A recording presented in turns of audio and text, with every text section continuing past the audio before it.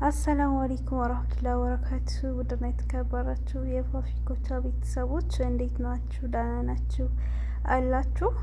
ከኛ ጋር አልሐምዱሊላህ በጣም ጠፍቻለሁ። ተጠፋፍተናል። ቤተሰብ እንዴት ናችሁ? ዛሬ ደስ በሚል ምሽት መተናል ትላላችሁ።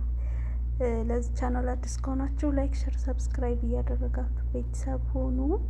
ከዚህ በኋላ ኢንሻአላህ አልጠፋም አለሁኝ እና ተናፍቃችኋል። ፋሚሊ እንዴት ናችሁ?